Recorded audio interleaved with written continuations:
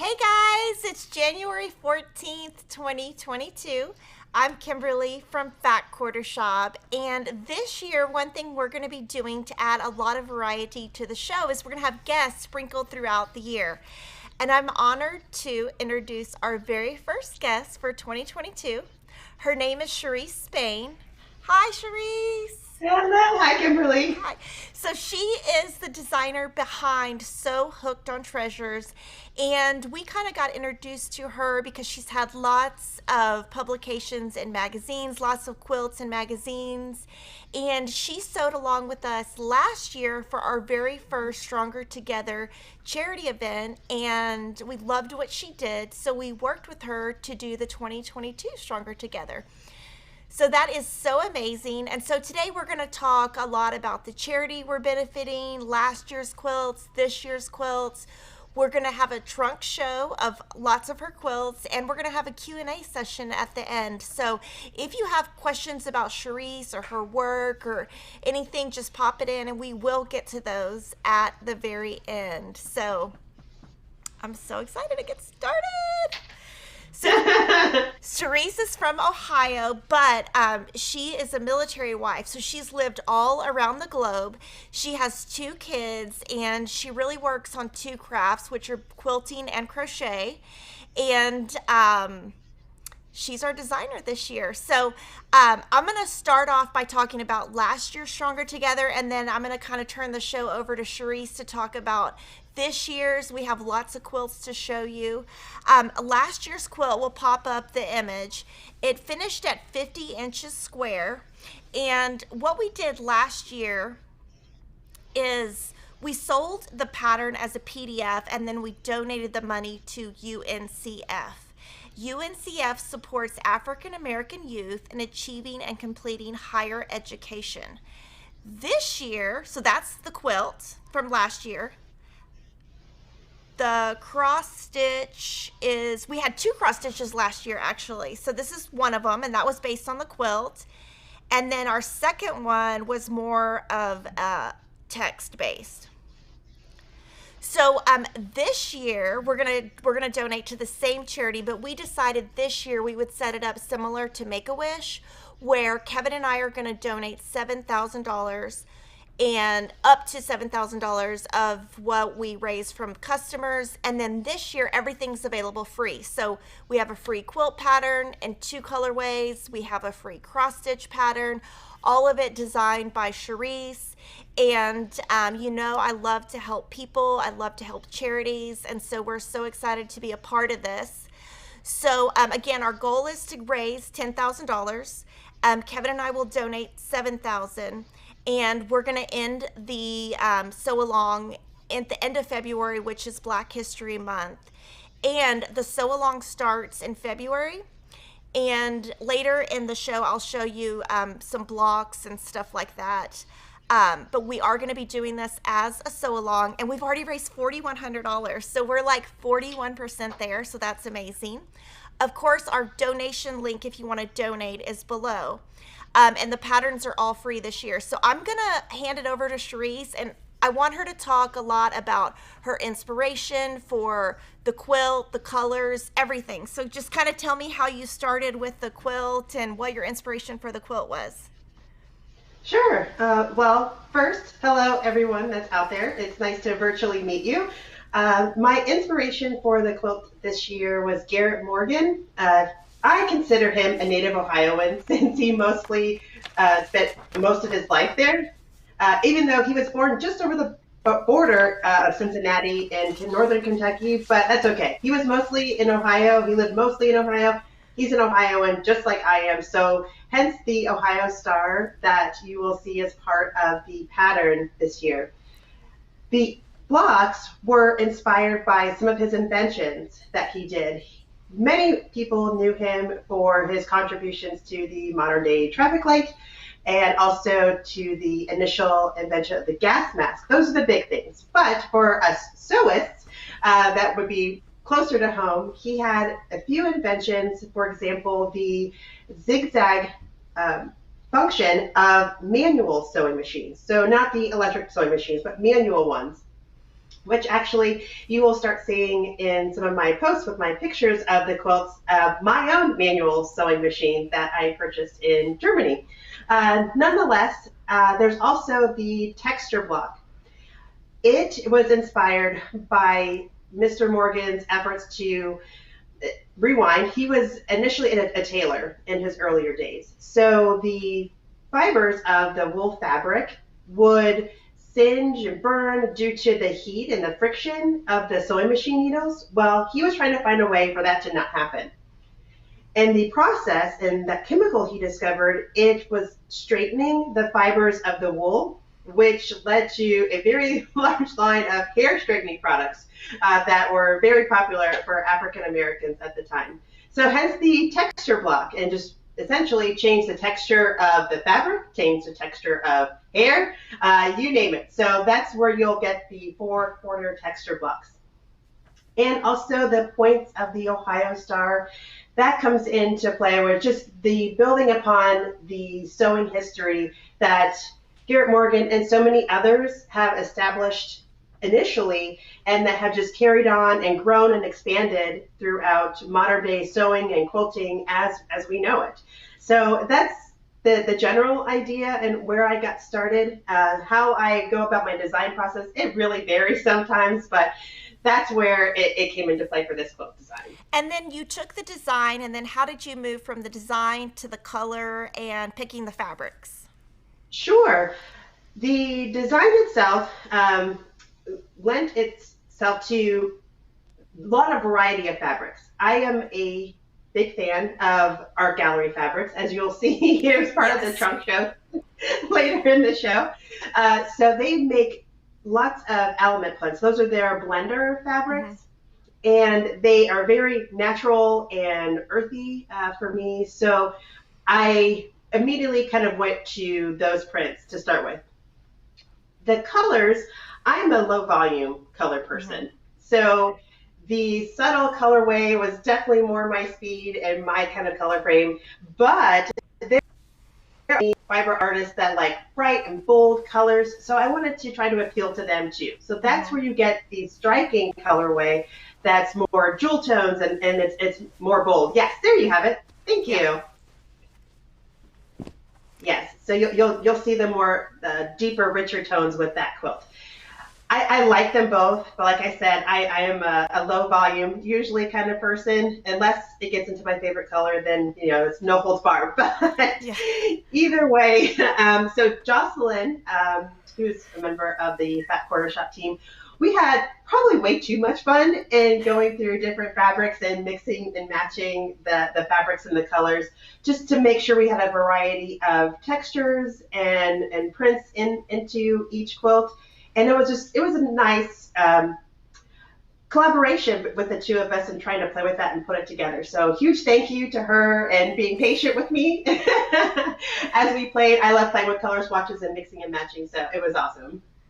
Okay, so I'm going to actually pop up the different colorways so people can see, but the first one is subtle. So this is the subtle version, and we have quilt kits, and the quilt kit for this one is still in stock. All of these quilts that we're about to show you were quilted by Michelle Ramsay. She's an African-American long armor, and she did a great job on quilting both of them. So that is subtle. The next one is striking, and that's the one that I have sitting right here.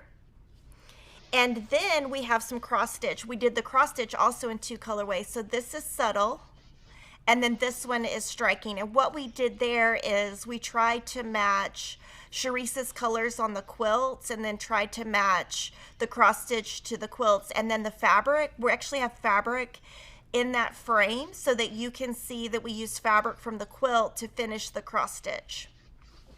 And if you want to know more about the cross stitch, you'll go to our Fat Quarter Shop Floss Tube channel and go to number 143, and I have all the information on the threads and everything. Since this isn't a cross stitch channel, some of you probably don't want to know that.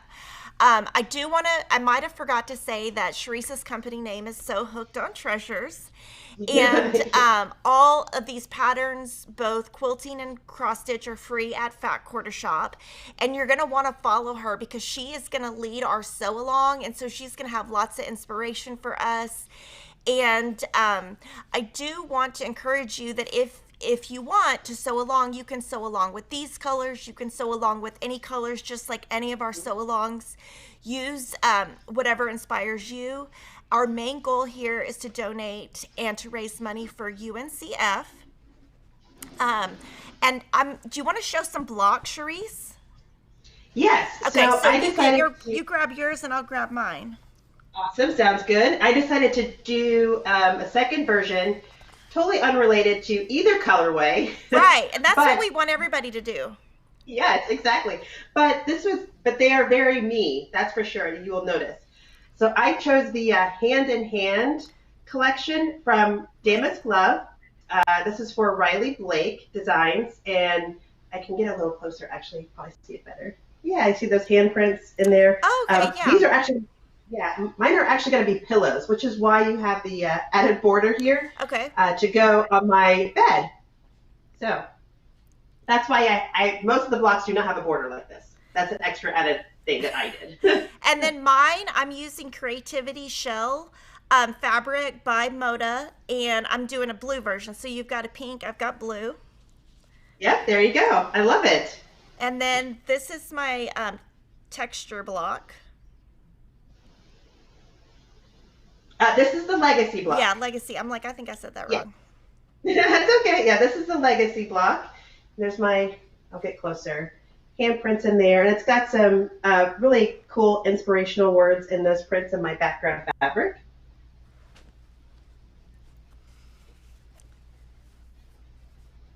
And then the zigzag block.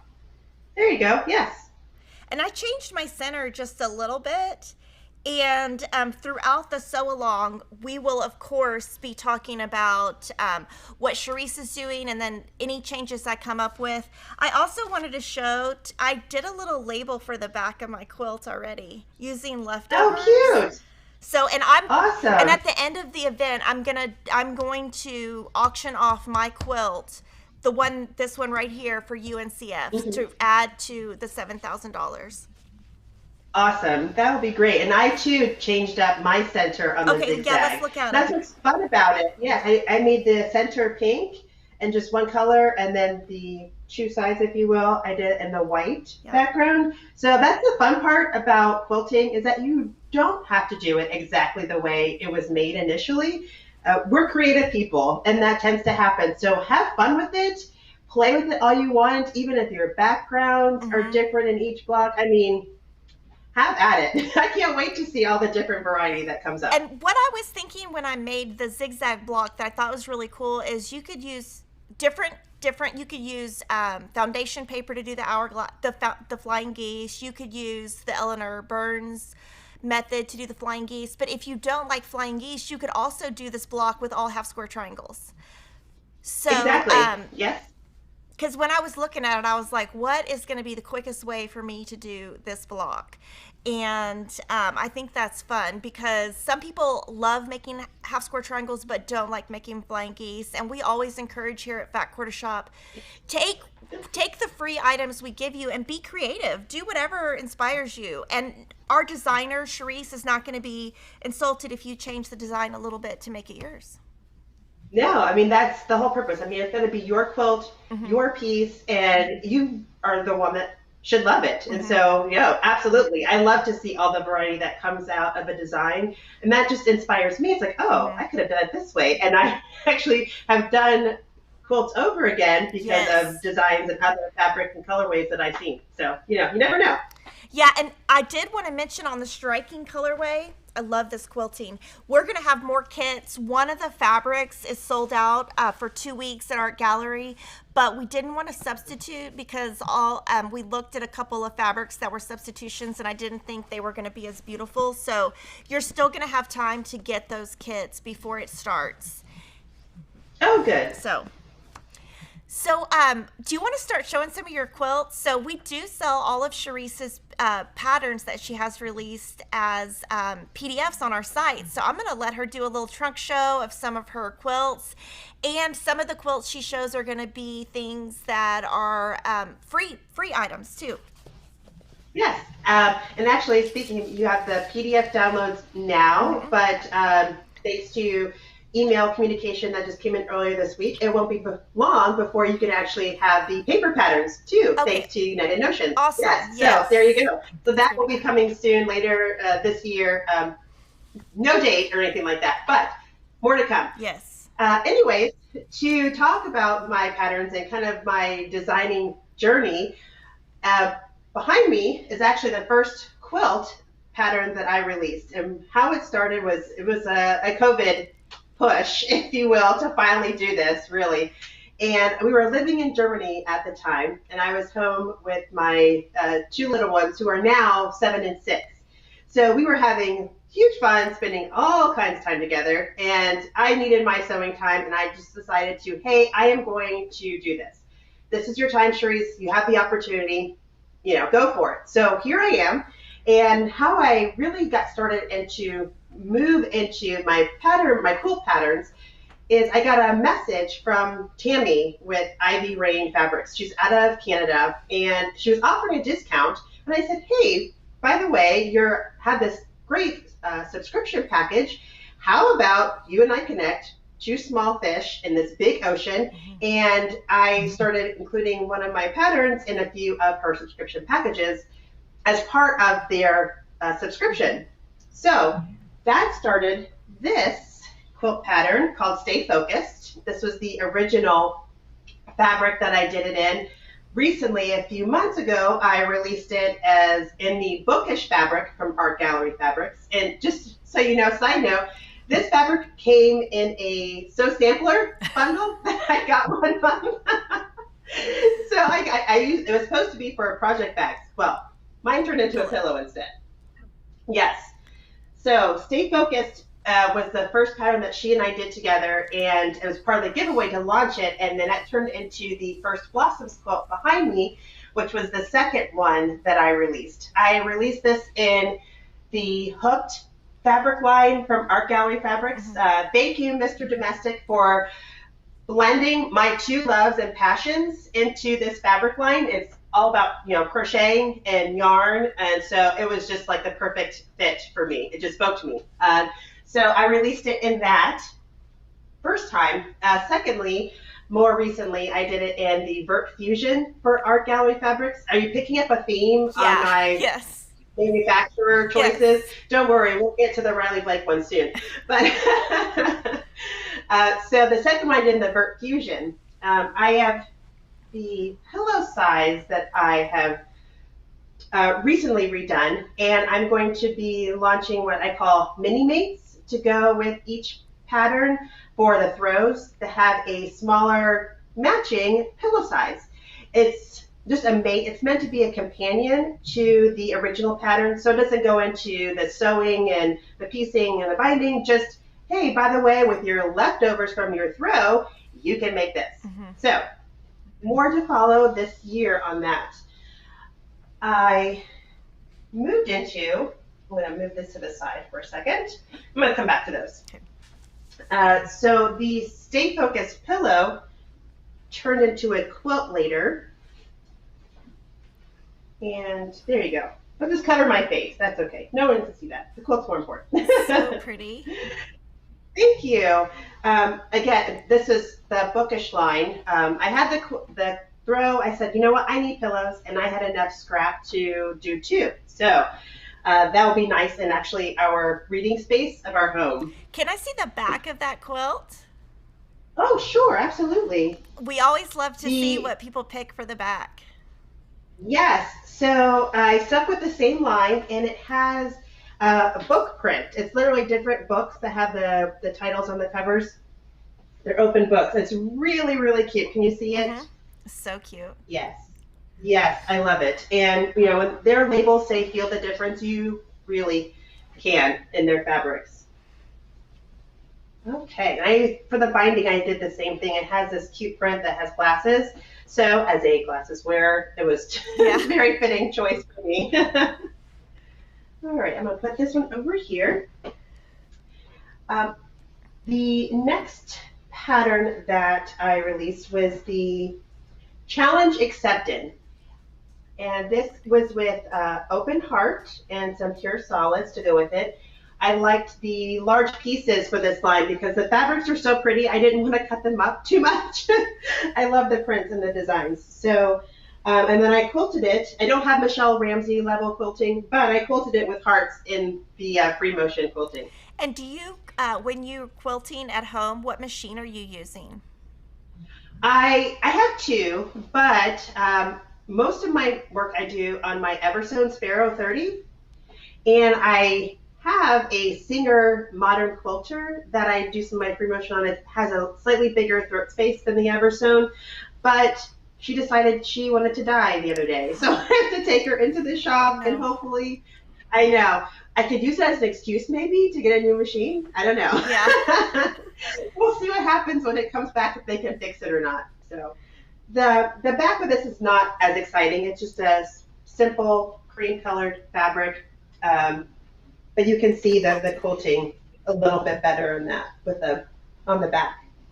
So it was fun. I really enjoyed this one. This one also was will be a gift to a special recipient. She doesn't know it yet, so I can't reveal that yet.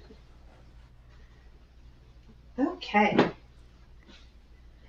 Next, onto my other favorite fabric manufacturer is Riley Blake, actually. I created this quilt. It was kind of a birthday present to myself in a way. It is called Tied with a Bow. It looks like a giant gift. And because of the color I chose, it looks like a giant Tiffany box, Oh, it which was the point. does. That was the point. It was an ode to Tiffany box, and I got one, my first one, got it myself, and I was so excited.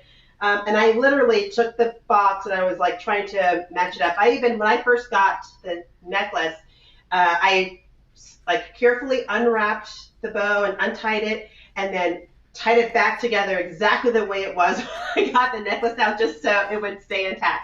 But this can be done in so many different colorways and variations to be like for Christmas or any sort of birthday or, Valentine's Day even right around the corner. So you can do that in several different colorways to make that appropriate for the gift giving. And I like to think it's one of those gifts that you can just keep reopening for the recipient.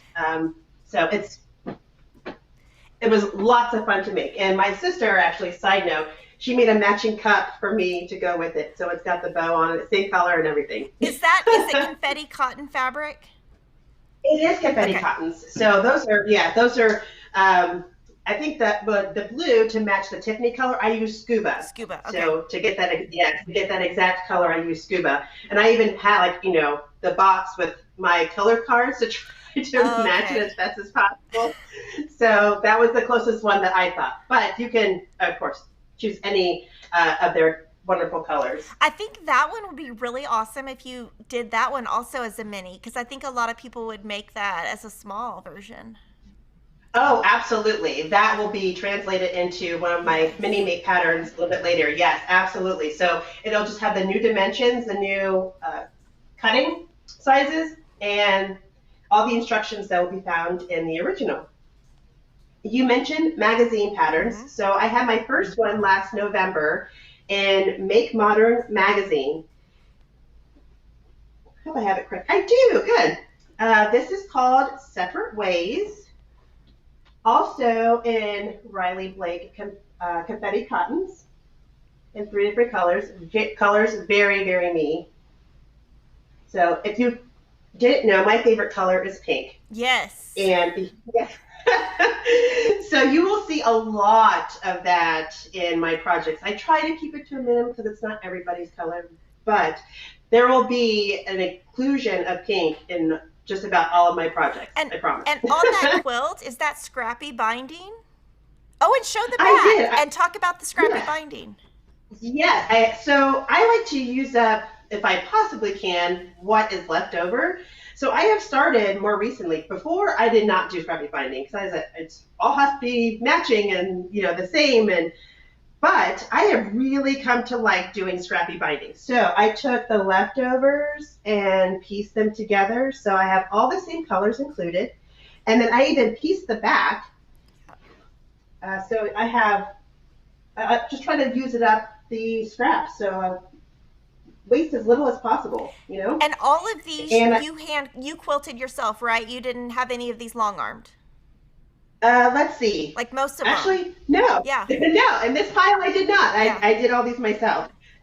So yeah, I did a free motion kind of Mod Podge of different styles in this one. So the style of this quilt, which is one of the things I like to do, is create a lot of, I don't say a lot, but some space for free motion quilting for that practice. So whether it's negative space, but not too much because I'm not totally comfortable with negative space yet, but to have that space for people that are trying to, get more comfortable and practice and do more things with their free motion quilting. So it's not so much about the quilt pattern itself and that design, but about what you can quilt into it to make it really stand out. So, and also, I don't like small pieces, so do you I'll just notice that a lot. free motion, or do you use like a template and mark your design and then follow it? How do you come up with your design, and how do you do it? I usually wing it. Okay. And if I'm doing straight lines, then I use painter's tape actually to keep my lines straight. But on these, I really just wing it. And sometimes that works out great. Sometimes not so much. But that's part of the experience and the learning process. And I like the fact that it makes it different and makes it unique. And as much as I still like the computerized quilting, it's, this is mine. It's not going anywhere. It's not getting entered into Paducah or anything like that. It's staying in my house. So that's totally okay if one loop is not the same size as the other, if the wishbones are unevenly spaced. Totally okay with that. Yeah. Yeah, a lot of people are asking about the long armor that you used, but you kind of do it yourself, so. Yes, I mostly do. When I do use a long armor, I have for a few quilts. Let's see, the last one was, I have a quilt going into a lookbook coming up for Art Gallery Fabrics that I use a long armor. And that locally here is now, her name is Vivian, and so she does a lot of my work most recently. But I try to quilt it if at all possible, if I can. I can tell you a funny story is that when I first started sewing and quilting, I'll call it, when I first started piecing, I was living in a small town in Missouri, and I had a really inexpensive long armor about 30 minutes away and way cheaper than it really should have been. And she even did the binding by hand. So why do I need to learn how to quilt when it's this inexpensive? Then I moved to Germany, and reality hit on how expensive that actually was. And I was expensive. It's worth what they do. Don't get me wrong. So we had just moved. I wasn't working at the time. So I said, well, Shereece, you have to figure out how to quilt now, And that's how it started. And actually, which from the time I first learned, it was in a thread painting class from a guildmate. And she looked at me and she's like, Shereece, you need to breathe. Because I was literally eyes wide open, not breathing, and I was very stiff. And she joked, she was like, do you need a glass of wine or something to calm down? I said, no, I can do this, Megan, I can do this. But I made it through, and now I can actually breathe and relax while I'm doing it. So progress, right? Yes. Okay, and one more. This is, dropped my companion pillow there. Ins and outs. I did this in the Art Gallery Fabrics Spooky and Sweeter. It was a Halloween fabric, and it had pink in it. So I figured, yes, this is definitely made for me. This is a must.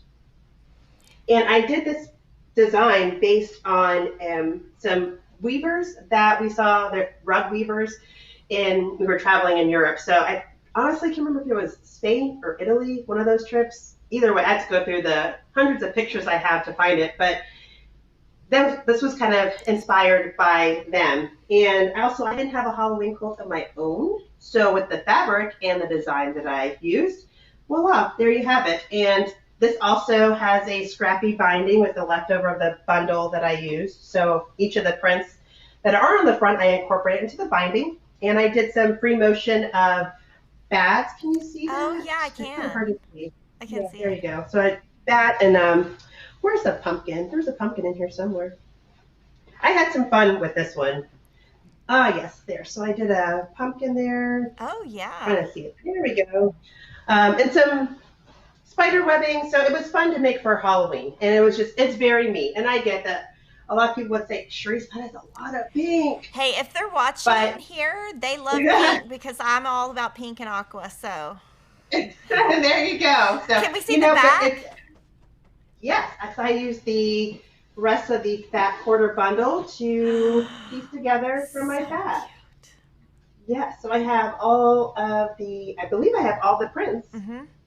from this line incorporated into the quilt. So, but it made it fun to piece together. If I can avoid piecing it back, I will. But when you love the fabric and you really can't choose, this is a great way to do it, is add it to your back and put it together. That way you can actually include all the prints that you want to without having to leave one out. Well, I love to piece the back because I feel like I'm actually using all the fabric. And then what am I going to do with the leftover fabric? You know what I mean? Like, I'd rather use it now Exactly. and then rather than hope that I one day use it. Yeah, and chances are I won't. I mean, truth be told, usually once I use a line and I've done like one or two projects with it, I love it. Great. On to the next because there's Yes. so many choices out there, and you don't want to necessarily stick to the same one for every project. But I did have enough left over to do a pillow. I am not ecstatic with the background that I chose because it kind of loses the effect of it. So I will probably end up redoing this mini meat pillow in a different way. But first version, trial and error, And you that's also how you use learn, scrappy right? binding on that too. I did. I had lots of the binding. I had way more binding than I needed. So it worked out to do the scrappy binding and continue that to match. And can we see how you assemble the back of your pillows? Sure, I like to use an envelope Okay. style. I really don't worry about the fabric so much in the back because most people don't see it. Right. Um, but I did at least find a pink color just to go with the front. And I do it envelope style, so I'm able to wash them. Mm-hmm. With two little ones, they are bound to get dirty Mm-hmm. because they're going to sit on them or throw them at each other or any of that other fun stuff you don't want them to do, but you know they're going to do anyway. Yes. So to be able to take it off and wash it, I do the envelope style. I've seen people do the zippers. I'm gonna have to try that because that looks really cool too. Yeah, I haven't tried the zippers. Well, maybe I have one or two times, but it's so intimidating. I feel like if I do the envelope back, I'll actually like finish the pillow. If I don't, I feel like I'll just let it sit there and be scared. Exactly, exactly. And it's I've done zippers in like bags, and I actually tackled a quilt coat this year. I did a zipper in that, so they're not too bad. I worry about those like in the washer and the dryer. So Hmm. I plus the envelope is just I don't have to have something extra. I could just sew and be done. Earlier, or I would say earlier, a few months ago, last August and September, I did my first quilt along. I hosted it with Mary Davis of Merry Go Round Quilts, which you will meet her a little bit more when we get to week one, I believe, of our sew along. But we did our first free motion quilt along. So I had seen the Dream Big panels from Hoffman Fabrics. Get a little closer. The light gets in the way. They make this huge flower It's panel, huge. and yes, it's like I think it's about 42, 45 Yeah. square. Hmm. Either way, I had seen some amazing work, including like Kelly Ashton quilts. She had done like 8 of them or something crazy. And I said, I'm not there. I'm not good enough. My skills aren't there. And Mary and I was like, you know what? We're going to do this anyway. So we solicited help from some other free motion quilters, whether they were long armors or they quilted on a domestic machine. And there was 7 of us that did this quilt along. Uh, Tina, Jen, Stephanie, who you will also meet during our sew along.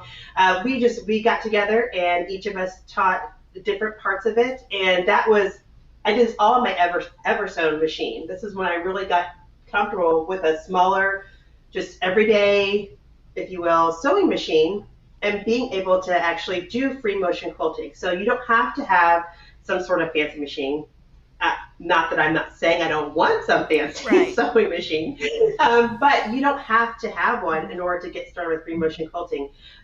Jen of Faith and Fabric, she's one of my favorite free motion quilters on a domestic machine. She does tutorials each week, and it's fabulous. So if you are interested, the Dream Big um, videos are still out there on YouTube. Between myself and Mary and Tina and Jen, we have them out there still, so you can still learn and still pseudo participate in the Dream Big Quilt Along just a little bit after the fact. It's okay. It's never too late to start, right? Right. So that was a fun project that she and I got to collaborate on. Also, we haven't talked about with this sew along with the Stronger Together quilt pattern. That's basically my repertoire, if you will, of my designs. I did want to talk about the crocheting along with us as we're sewing, if that's okay. Yeah. Awesome. So I am a crocheter, for those of you that don't know.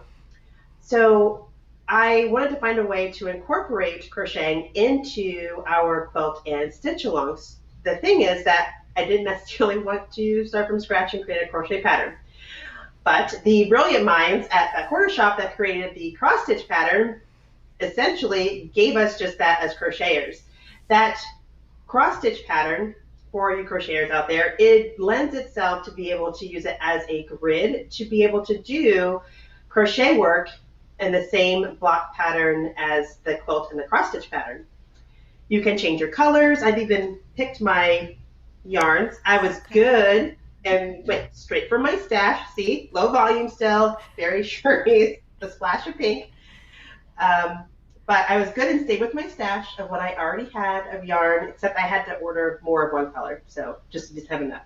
But I'm going to also crochet along using the cross stitch pattern as my grid. So each square of the cross stitch pattern is representative of one single crochet stitch. And you work back and forth left to right, change your colors as the cross stitch pattern changes colors, and you get the same blocks. So it'll be fun. I recommend a 4 or 3 weight yarn. I wouldn't necessarily go any smaller or bigger, depending on what you are going to use it for. Mine, I haven't decided if I'm going to put it together and actually do a throw or do crochet pillows. I don't know. We'll see how I feel. Okay. And then you're going to give us tips on as we go to get started, or if we have questions on the crochet, we can come to you.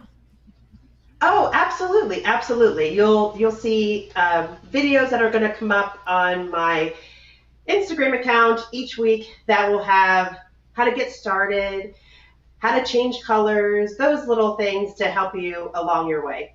And I think it would be really pretty if somebody just got two threads and just did like red and white or blue and white.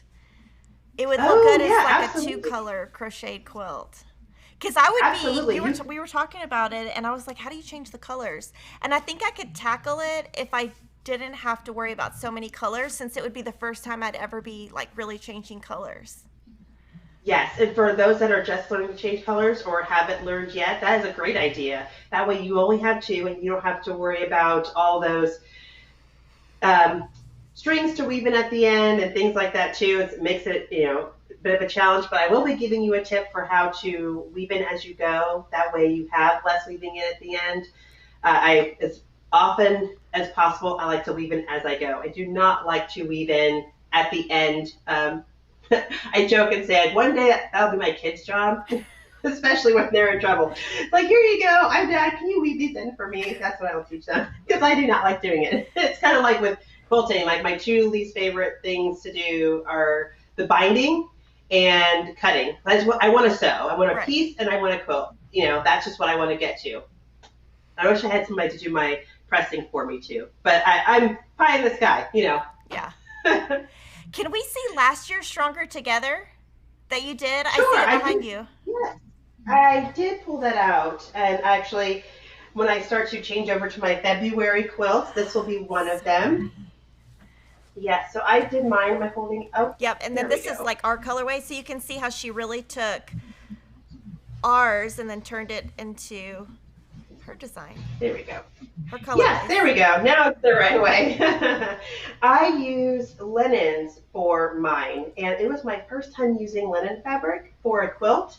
It is heavier than I'm used to because it's definitely heavier and thicker than quilting cotton, but I love the texture of it. It's not the same. It's rough, but it's different. It's a different feel, and I really like how that came out. So this is linen is something I plan to use more. I have actually a new pattern that's coming out in a quilt magazine later this year.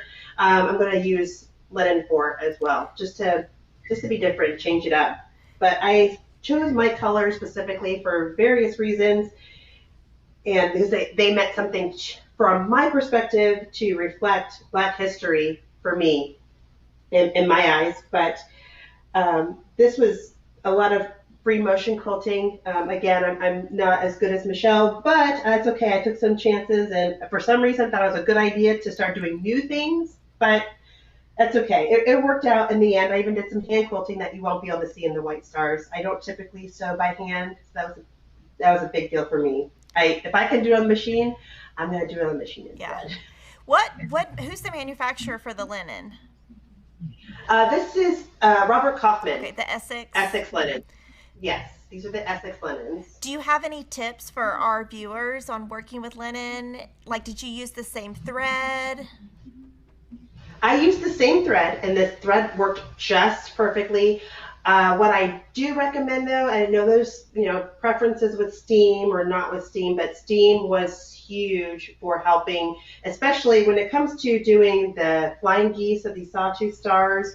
It helped to really make those points nice and crisp. Mm-hmm. And yes, I didn't lose points, so steam was huge. And also, whether you use starch or best press, either way, those help too.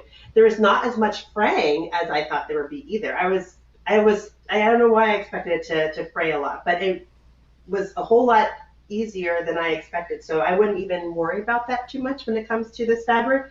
Just be aware of the weight, especially. It is definitely heavier. So I use it on the back too. I piece the back.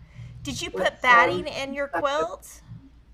I did. I used 100% cotton. This was probably Warm and Natural, which is one of the very few that I could get shipped to Germany at the time. And I got a whole huge bolt to one of those roll bolts to last me for a little while. But yeah, I just use the regular cotton batting.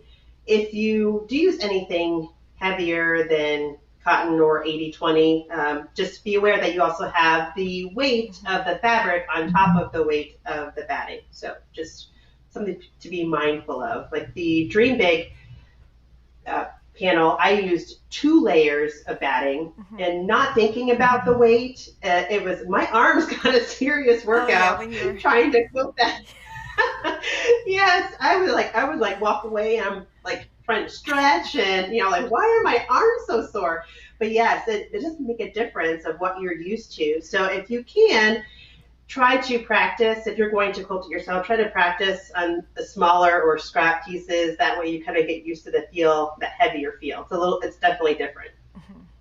What brand of thread do you use? I typically use Aurifil. I keep, whether it's a just off-white, a light color cream, a light gray, and black in my stock. The Necessities Aurifil package, that's literally a necessity in my sewing room. I keep those on a regular basis. They also have I believe it's called Tea Rose, if I remember correctly. Okay.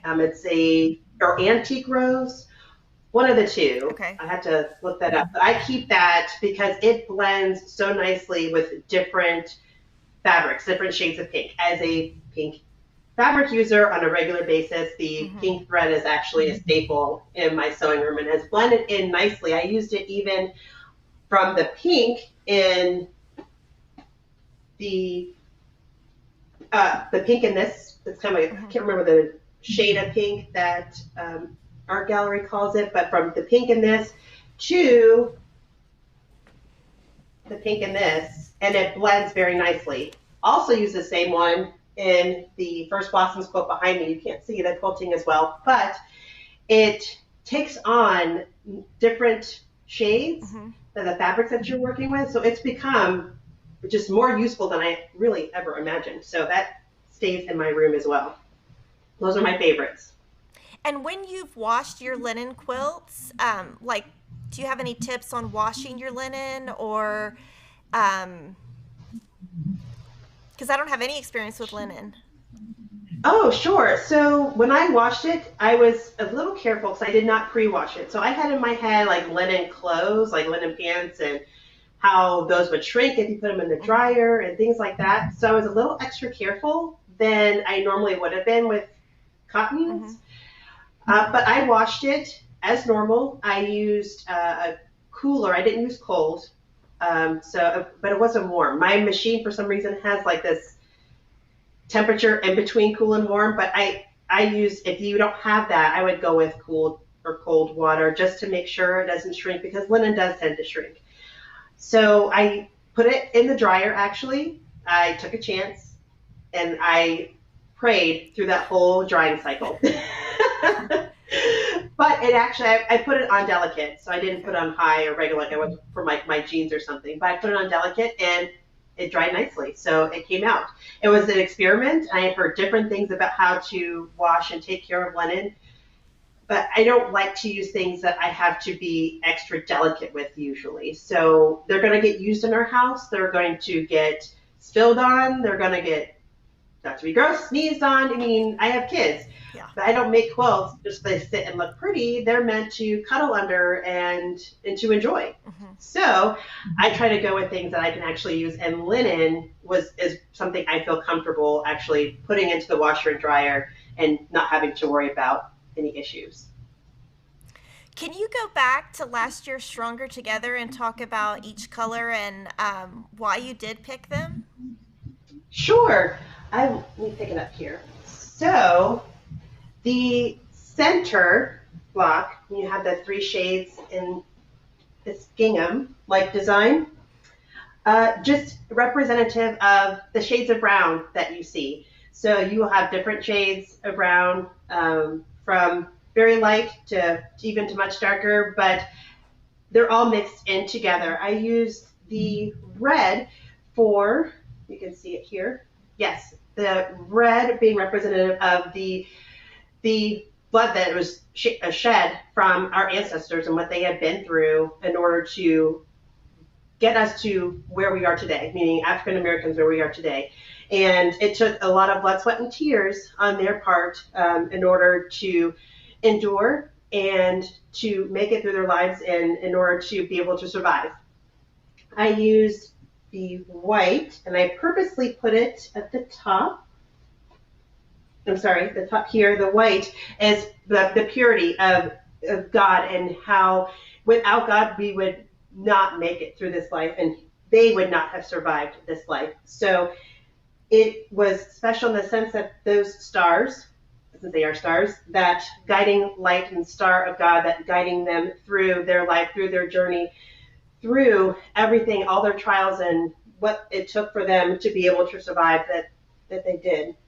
Also, I used the, I can come here, the green is representative of just the earth that our ancestors had to work um, to support themselves, to support their livelihood, and how that carried them through. And also, in the same token, from a culture's perspective, our cottons and our materials that they come from the earth, and without the cotton that is grown, that's how we get our fabrics. Yes, that's where it starts. So Yes. that's where that comes from. And yeah, so that's basically where I got all my fabric choices from. That's beautiful. Yes, and I even incorporated like the into the quilting how the blend in here in the gingham, it's all woven together. It's literally one long stitch. I mean, of course, I had to Right. change bobbins Yeah. in there, but it's all interconnected and how we are all interconnected.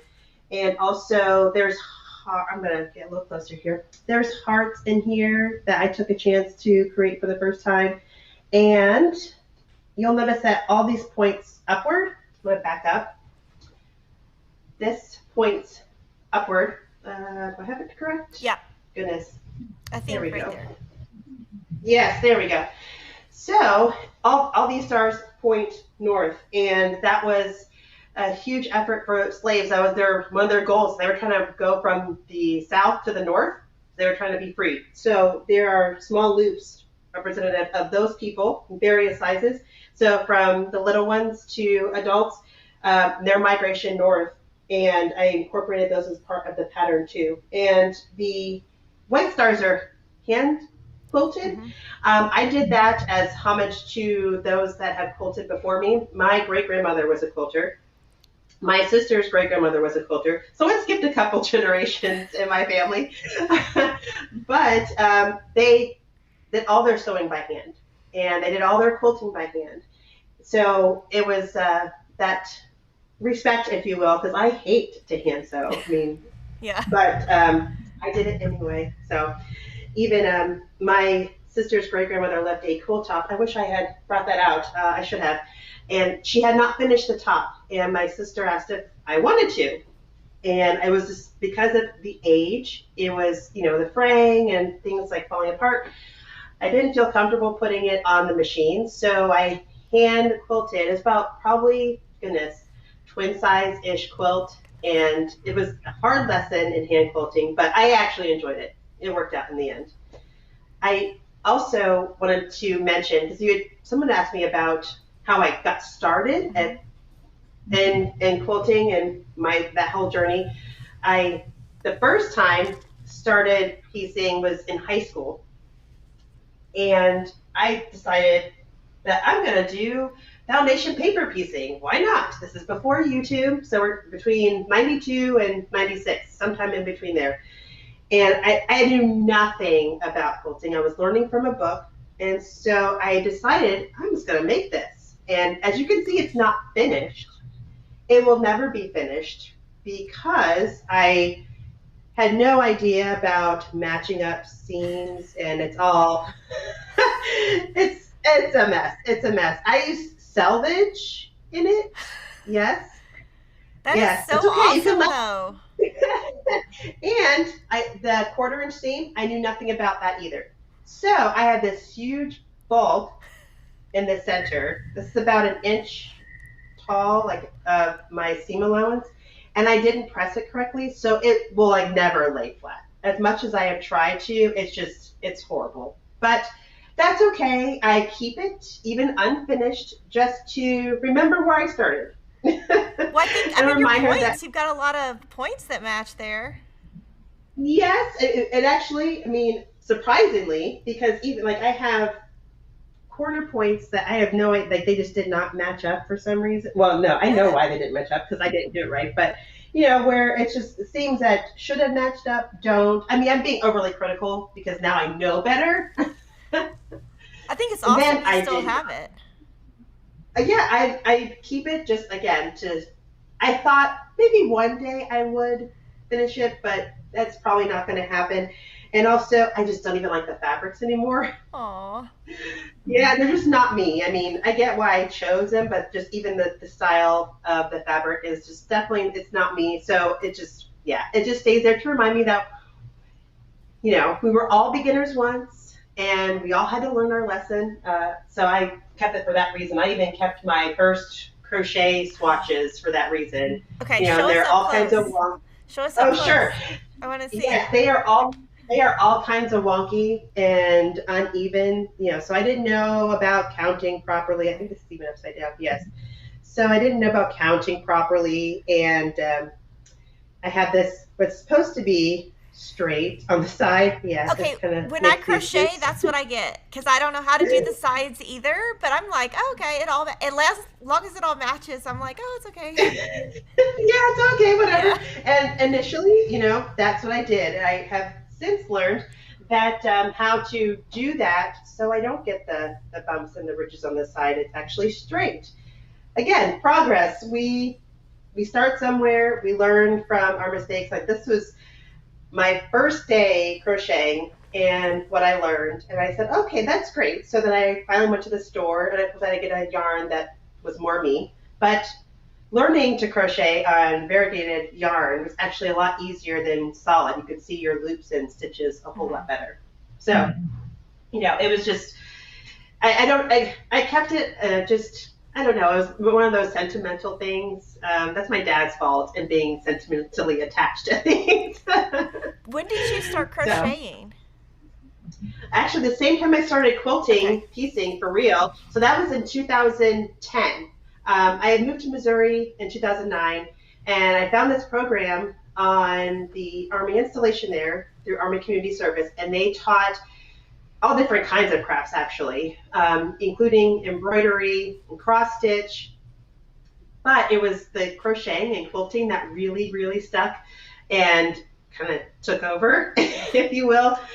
So I was just piecing then. I was learning the simple basic blocks for quilting, the simple stitches for crocheting, just to get that foundation, and then just really just took off because I have this habit of, I know I'm supposed to take baby steps, but then it's kind of like, yeah, but I want to do this. So let's go from this square to a sweater. Yeah.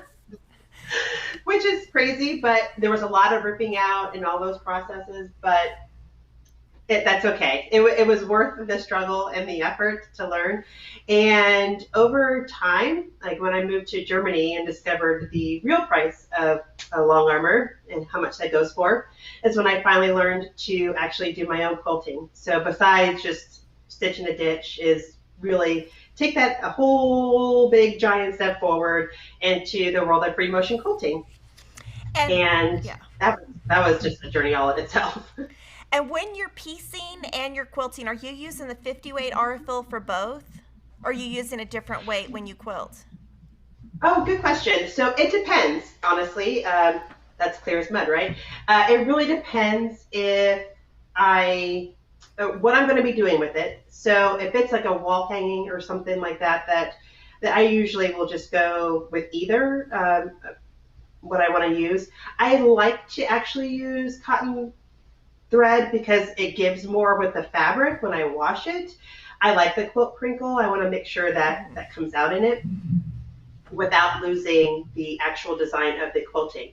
I do use embroidery thread sometimes, especially when I'm trying to match the color. I've used it if I like that shiny look because you don't get that with cotton thread. So I want that shiny look in some of my work depending on what it is.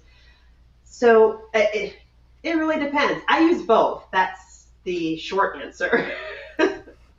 A lot of people are asking again because people have joined us late. Can you tell us the name of the Okay. quilt behind you?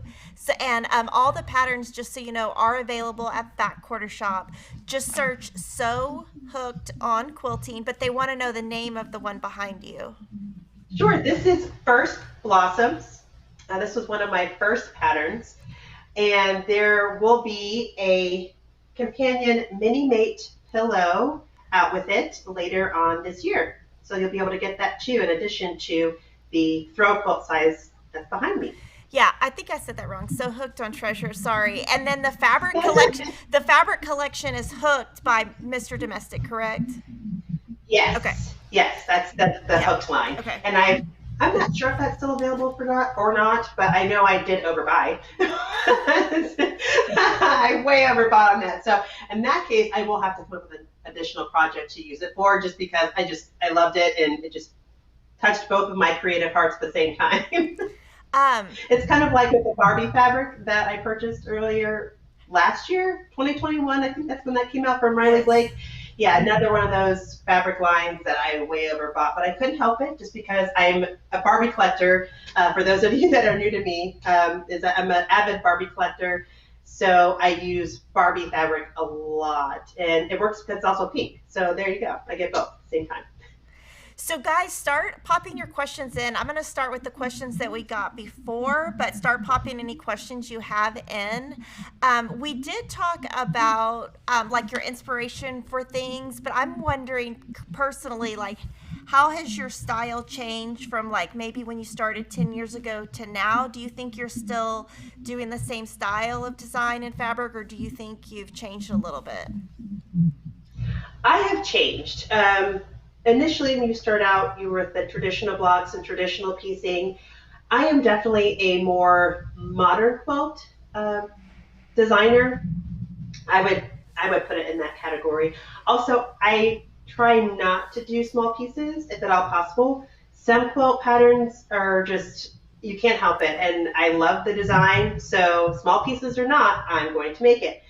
But if I can, in a lot of my designs, I try to stay away from a lot of smaller pieces. Like this, I think these are probably about as small as I've gotten on a throw quilt size pillow, or sorry, throw quilt size quilt. Yeah, they're go too small. Hmm. But so my designs tend to be more modern, tend to have more negative space than not larger pieces, and they have just been inspired from random things that I have come across in everyday life where I'm like, oh, this will make such a great quilt pattern, like the Stay Focused quilt. This is the pillow. There's also a companion throw. This was from a tile that I saw when we were in Nuremberg, Germany, on a family trip, and so I just happened to like look down as we're walking. I was like, "Oh, this is really cool." So I have all these random pictures in my phone of just stuff, architecture, Right. tiles, whatever the case may be, because I like the design and I want to figure out how or if I can take that into a quilt pattern.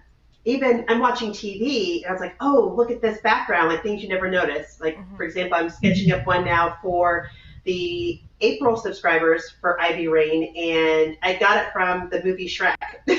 When we were watching that a few weeks ago, I said, oh, that'd be really cool. I wonder if I can make that into a quilt pattern. And thankfully, I have been able to translate that so far from one to the other. But so you just never know where that inspiration is going to hit you. It just kind of happens. And I think like for my challenge accepted quilt, another tile, it was a challenge. I was having a rough time figuring how to get this tile onto a quilt. And that's where I got the name, Challenge Accepted. I'm going to do this. And it worked out also too because it was my challenge quilt with my guild from when I lived in Germany. So it just, there you have it. That's how I got the name for it.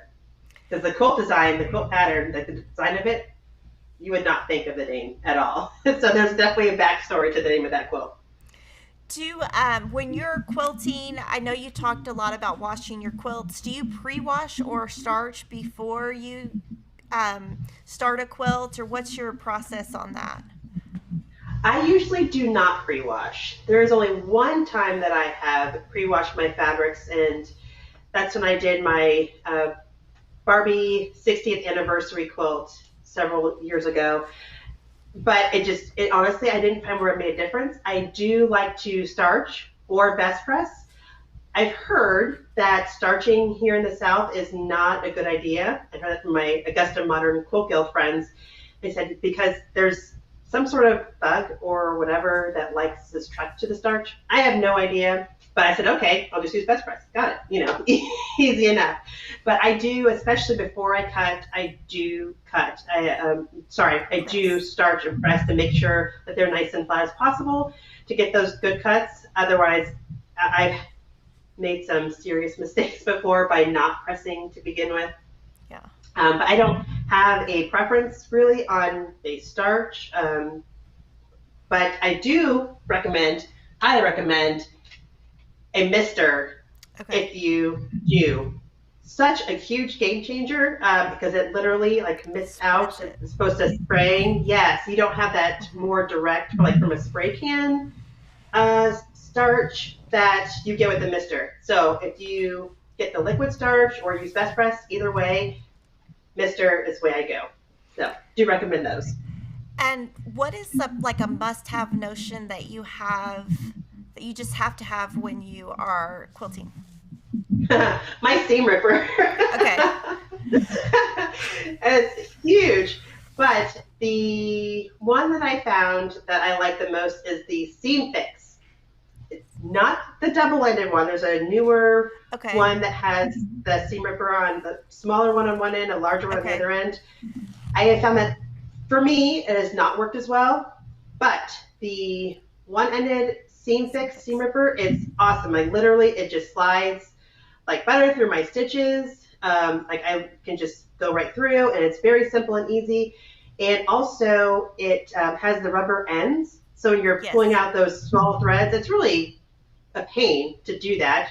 You can use a wet roller as one option to get the small threads. This is just, you don't have to get a separate tool. You can brush them right off. It's great. So that's my favorite notion that I keep. I also, goodness, what would be my other favorite? Oh, this is not really a sewing notion, but a must-have is for my machine needles, and I won't use any others, or the Schmetz, the Microtex needles. Microtext. I use them for quilting. I use them for piecing. Either one, the Schmetz Microtex are my absolute favorite. I discovered those when I was having a challenge with my jelly roll rug and getting through that bulk and that thickness, but with a switch to my Oracle thread and a switch to Microtex needles, I had this just perfect combination and was able to actually make it through that bulk of my jelly roll rug, and I haven't gone back since. So when you are piecing and quilting, what size of those needles do you use? That's a good question, and I'm going to grab it because they're just right here. I'm going to write it down for myself. Sure. I have my case here. Let's see. The 8012. Okay, that's what I thought. Yes. Yep, the 8012s. Those are, and they actually sell ones that are packs that just have 8012s in them.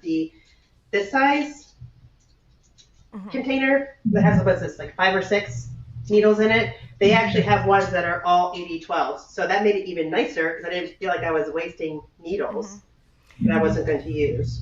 So how many jelly roll rugs did you make? Just one so far.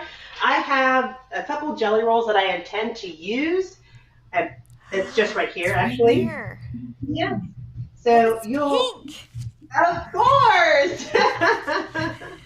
There's some Barbie fabric woven in there too. My thread is even pink, but I had to pan around, but I can't move my tablet there very well. But my sewing room, my tables, everything, they're all pink and black. Those are my colors, as you can see from my outfit. So you will see that a lot. And I like I like it to match. I have a pretty cohesive look in my sewing room. So even like my sewing machine covers, like they're pink and they go with the decor, or my iron even is pink, black, and white. So it's like a rose gold kind of color. Oh, yeah. Yes. Do you have Do you have the seam ripper there? Because people want to see the seam ripper. I know what it looks like, but I don't think some people know what the thing is on the end. Yes. Give me 1 second. Oh, it's hiding behind my pillow, I think. Yes, here we go. So I will show you the difference also. So there's two. This is the newer-ish one that has the double ripper on each side. Oh, I can't see that very well. I'm sorry. Oh, so there's like a seam ripper on both sides. Yes. Okay. So one is smaller. One is smaller and one's larger. Oh, this okay. is I call it the older-ish one that just has one. Okay. But it's seam fix, and I want to say it's from Dritz, but don't quote me on that one. Okay. Yeah, I mean, Yes. I haven't used those before, so I might have to try that. I haven't tried that one. Yes, and I got this one thinking it's like, oh, cool, they have another one. The first one is so awesome. The second one should be too, but I don't know if it's just me.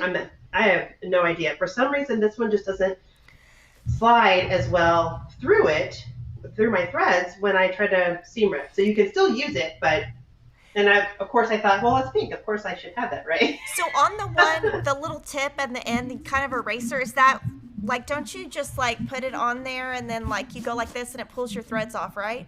That's what it's supposed to do, right? So, yep. So if this was like your fabric here, you would use the rubber end. There's two of them actually, and you would just go across your fabrics to get those little tiny threads. It makes it so much easier. I used to try it with like a white eraser, and that did not work as well. So I don't, and the pink ones I definitely wouldn't go with the pink eraser, but these, it works perfectly. It doesn't leave any residue on your fabric, because that was another thing that used to happen. These are my favorite. And if I don't, for some reason, have a seam ripper handy, I use a very small rotary cutter. Okay. I think this is, yes, this is not even 18. This is even small. I think it's 18. Yes, maybe. I don't know. It's I'm 18. sorry. It's 18. Yes. Yeah, a teeny tiny seam ripper. And you hold your fabrics apart and just gently slide through. So that was another good tip. I had bought this for doing curved piecing. Mm-hmm. I don't do curved piecing very often. So it's like, okay, now what do I do with this? Mm-hmm. I I think need to find a new purpose. I think I've met my match on somebody who has more pink than me. It's disgusting. I It's can't not even disgusting. lie. It's awesome. It's like a thing, and it's just taken over. Even like from my, I mean, literally from my rotating cutting mat. It's also, there's other versions, but I wanted the pink version. My ironing board cover is like a pink rose gold, which matches my iron, which matches my Everstone Sparrow 30, which is why how I've even found that machine to begin with is I needed a new travel like machine for classes and retreats. And so I literally Googled pink sewing machines. Yes. And I had never heard of Everstone. Then I found out they were sister to Bernina. Mm-hmm. So it has to be good. Yeah. And, it's the brand, I should say, this version is called a Sparrow. I am a huge fan of pirates, and so that reminded me of Jack Sparrow. Go with me on my crazy train of thought here. And so I figured, okay, it's pink. It's like, it has to be piratey because it's called a Sparrow. So it has to be a good machine, and that's how I ended up with it. And she's actually been way more amazing than I ever thought, especially, at that price point. She's been fabulous. Do you name your machines? I do. Her name is Jackie. Okay. I'm sure you can see where I got that one from. Her name is Jackie. My other machine, she does not have a name. Okay. Normally I would. I like to name I don't know, even my car has a name. But I did not name her. Maybe that's why she decided to quit on me. What's your car's name? Eloise. Okay, who's that named after? Oh, nobody. Just so made it up. when I name my car, when I name my cars, I go with the make. So I have an Explorer, so the name has to start with an E. Yes, going back to I had a sub, and her name was Sabrina, 2A. Okay. And then I had goodness, what was the car called? Oh goodness, but her name was Tabitha. It was a T car. So I choose the letter of the make of the car and come with a name, kind of a random name that goes along with it. That's awesome. Okay, can you show your iron again and say the brand, because everyone wants to know the iron, and I actually don't know. Is that a Rowenta? Rowenta, okay, and it's pink. Yes, it is pink, and I chose it for the color, but I needed a retractable cord. Okay. I have a thing about organization, and I clean up after every time I'm done in my sewing room. I clean up in between steps, so put things back I don't need, and to make space. So I wanted that cord out of the way. Could you wrap it and all that kind of stuff? Yes, but I just find this retractable cord so much easier to work with. So that was a must for me. But it's a Rowenta AccuSteam. Okay, and we're getting some questions about cross stitch and crochet. So, do you cross stitch? I have not cross stitched since high school, so I know the basics. Okay. But I have not actually applied that skill in a couple years. Okay, and then people are asking if you're going to do videos on the crochet, or how they're going to be able to find your tips on crochet for Stronger Together. Oh, sure. So easy enough. You can find me on Instagram for those videos. If you are not, I'm also going to post those tips on my YouTube channel. So you can find them in either place. My Instagram account is public, so even if you don't, you can still see the videos and play them. How big is your fabric stash? Not very big. Okay.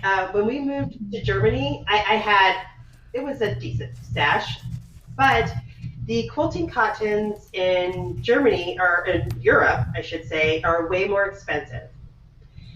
And also the shipping, the time to get there, so I couldn't just run out and go to the store and really quickly and I need a yard of this or whatever, my filler.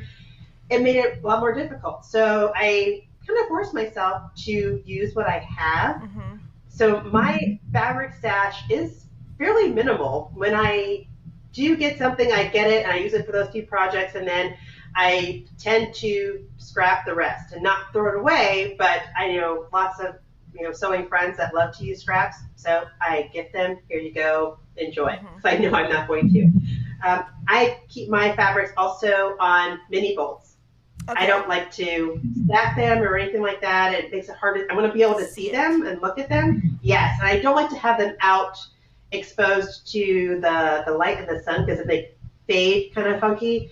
So my cutting table over here that you actually probably can't see too well, but it is a counter, like a kitchen Okay. counter with MDF on top of it Okay. to make my cutting table. I'm tall, I'm 5'8", so I need something a little taller. So it's higher counter height and with the MDF on top and my cutting mats on top of it. I put all my fabric under there. All my fabric fits under there unless it's in one of my project bins because it's in some phase of Mm-hmm. its life, whether it's in I have this great bundle and I want to use it, or it needs to be quilted and I keep them in there. Otherwise, they all fit in one cabinet. That gives you a rough idea of how much I have. Um, is your car pink? No, you think? No, my car is actually blue. I chose I call it sapphire blue because that's my Okay. birthstone. Yeah, so it's a navy blue color. If you don't know what a sapphire color looks like, but for those that don't know, but it's a dark navy blue. My daughter would appreciate me having a pink car. I don't know if I would appreciate me having a pink car. I do actually have pink limitations. There's not many, but I probably would not have a pink house. I would have if we had lived in Italy. That would have been great. Then you would have blended in. It would be perfectly acceptable.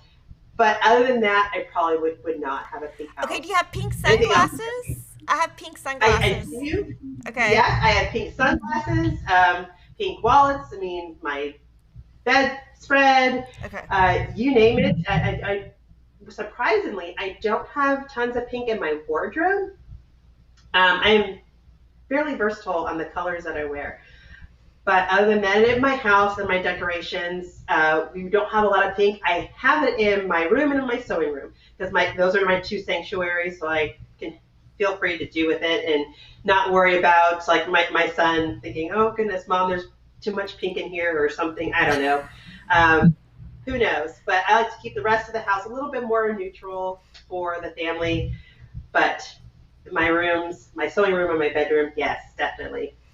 Um, can you talk a little bit about what service your husband is in and how long you were in Germany and how, like, when you were in Germany, I know you and I had talked about how some of the landmarks inspired your design. I think people would be really interested in that. Sure.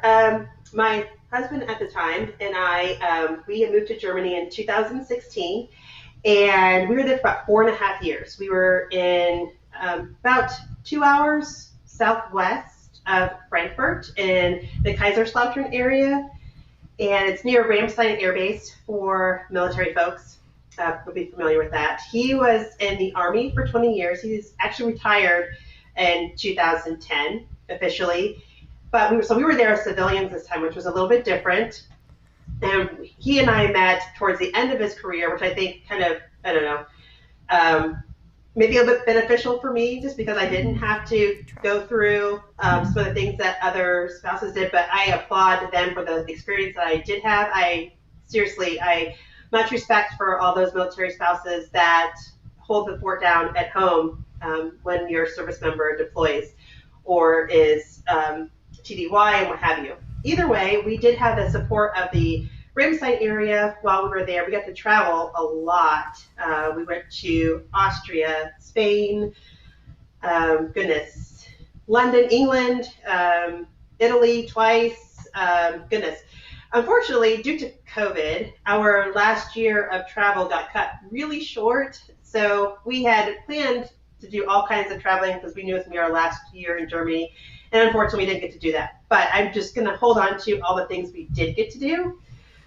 Because honestly, I don't know if we had not have lived there. I don't know if I'd have had those chances or opportunities otherwise. So I'm just going to just enjoy that blessing that I did get to travel as much as I did. And it's funny because our children, who were 6 months and a year and a half when we moved there, that's really all they knew at the time. We had come back to visit the U.S. at times, almost actually, I think each year we came back to visit. So they knew it sort of, but really Germany was their home. That was the home they knew. And we traveled so much. So when I was little, my Barbies like went to the mall and out to dinner and things like that. But my daughter's Barbies are going to Paris and London. And so it's very different perspective that they had growing up. And it's now being back stateside, our family is closer and we get to see them more often. So that makes it nicer for them too. That they had that experience. I wish they'd been a little bit older to fully enjoy it, but you never know where life will take them down the road. But they did. And I got to enjoy it with them and have all different kind of first experiences right along with them. And it was a good way to travel too when they were little because you put them on, the carriers, strap them on your back, and you're ready to go. Like you didn't have to worry about the strollers because that was a whole fiasco trying to navigate with the stroller. We stopped using that. Carriers, bags, we're done. We're good to go. So it actually was pretty, relatively speaking, easy to travel with two under two. And we have a lot of questions about Barbies. Someone is asking if you got the Elvis Barbie 2021. No, I did not. When I get dolls, as much as I would like to just say, oh, new doll, buy it. Oh, new doll, buy it. It's tempting. I try to stick with dolls that I feel a stronger connection with, so to speak. So I did not get that doll. As much as I enjoy his music, I don't have a strong connection to him. But like the Misty Copeland dolls, when those came out, that was a must. The 60th anniversary Barbie was a must. The Malibu Barbie Barbies that just came out this past year, those were anniversaries. I got those. Let's see what else most recently. There was a couple of versions of Pirate Barbies. There was Pirates of the Caribbean Barbies, and then there was a Pirate Barbie. Most of my dolls have not seen the light of day since I got them, just because like, oh, that's great. Go in the box. Until I have a space that I feel comfortable like having them out, because same with my fabric, the light hitting it and what have you. Yeah, so when I have a space eventually in my dream home that can accommodate my dolls where I don't have that issue, then they will come out and be displayed to look nice and pretty. And my kids, it's funny, my daughter specifically, she's like, oh, Mama, can we play with your dolls? I said, sweetheart, after I'm gone, they're all yours. Have at it. Until then, I'm sorry, no. Michelle is asking if you saw the new Barbie line of time period Barbies. Maybe that's what you were talking about. Oh, yes. So yes, I have. There are a line of, it's actually women is mostly what it is, not just African American women, but there are those two. Most recently, Ida B. Wells doll came out. Mm-hmm. Yes, she's on my list to get. They did all the dolls, all the women from Hidden Figures. If you saw the movie, all of them that were part of the space program. There are 4 of those dolls. I got all those. Those are fantastic. If you haven't seen the movie or don't know the story, by all means, please check that out. Let's see. So I did get those, but there's other women figures that they have included in this whole Strong Women campaign of dolls. So that's one thing about it. I know it's a doll and it's Barbie, so sometimes it has that connotation of, oh, it's fake and it's not a realistic woman and things like that. But it captures so many different women in whether it's all the careers that Barbie has ever had, or it's in all the people that they try to capture in a doll form to represent. So there's a huge, vast meaning beyond Barbie other than just a toy that little girls play with.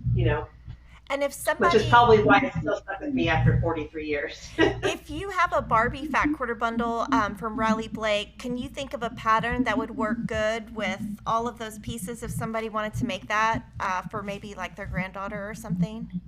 Oh, sure. Like they actually have a pattern that came Okay. in a kit.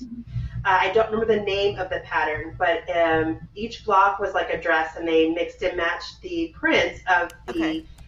the line into each of the dresses. So there's that pattern. I actually didn't use it into two. I used it into one quilt, the Riley Blake 10th anniversary quilt. I can't remember the name of the actual pattern, but I didn't. I got the kit and I used some of the fabrics from it, but I incorporated my favorite Riley Blake fabrics, which included the Barbie line.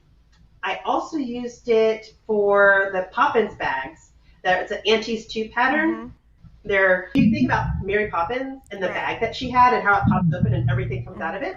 Mm-hmm. Mm-hmm. It is like that. That's what the bag looks like. But I use the Barbie fabrics in that pattern instead of some of the other fabrics that I had. But I still, goodness, like I said, I told you, I way overbought. And speaking of, going into my stash, this is, easily accessible right in the front of my cabinet.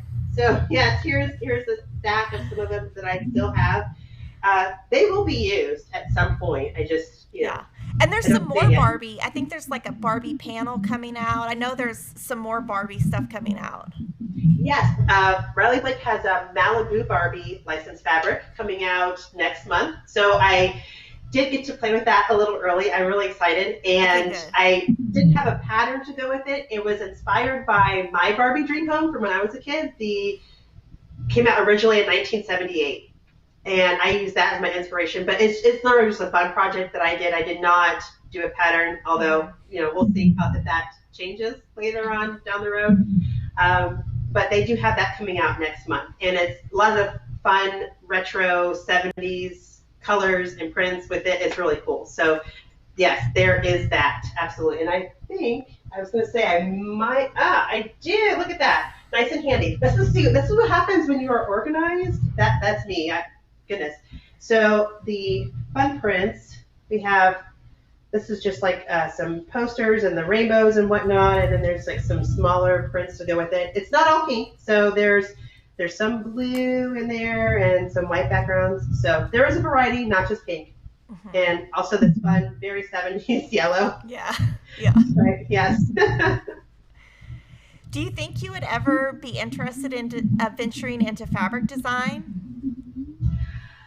Probably not. I don't have that kind of eye, I don't think. Like, I think I would, I don't know. I might get too stuck on doing the same thing too often. I do have prints that I sort of lean toward, Mm-hmm. but no, I don't, but I can't cross that off. I honestly, you and I talking at this moment was not even on my radar as far as realm of possibility if you had asked me a year ago. But, Lord only knows what he has in store for me. So we'll see. We will definitely see.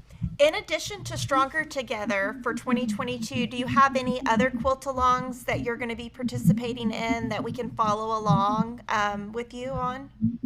Sure. As far as doing one on my own, I am planning on doing one more, at the very least, for a design that I already have prepared.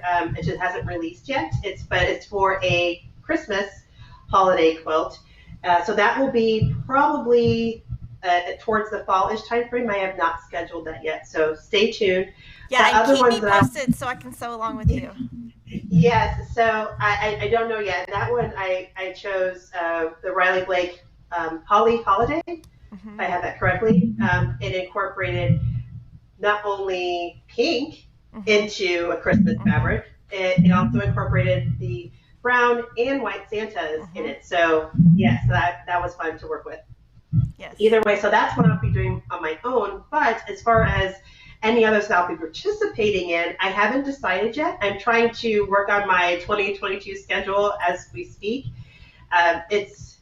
Looking at it, I'm a little concerned that maybe I have bit off more than I could chew, but I'm committed. But I want to fit at least one other sew along from somebody else's that I don't have to. I can just literally just sew along with Right. sometime this year, definitely.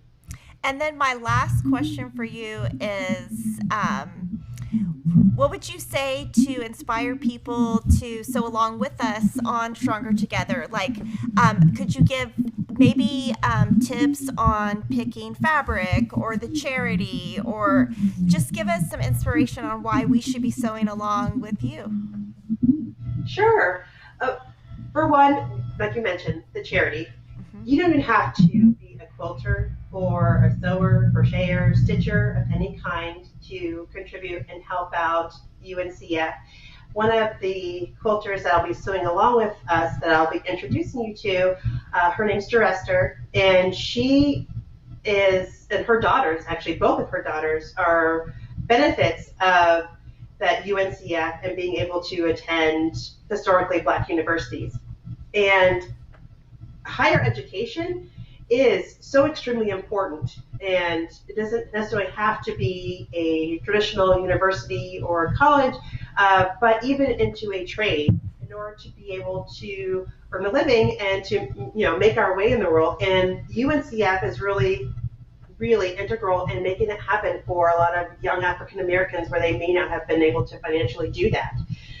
So, and it it gets to be a challenge, and I hope that for myself, as having gone to university and graduating, I want to see all these other young minds be able to tap into that potential and to not let it fizzle, if you will, because they do not have the ability or the means to be able to attend university or college. So that's the biggest one.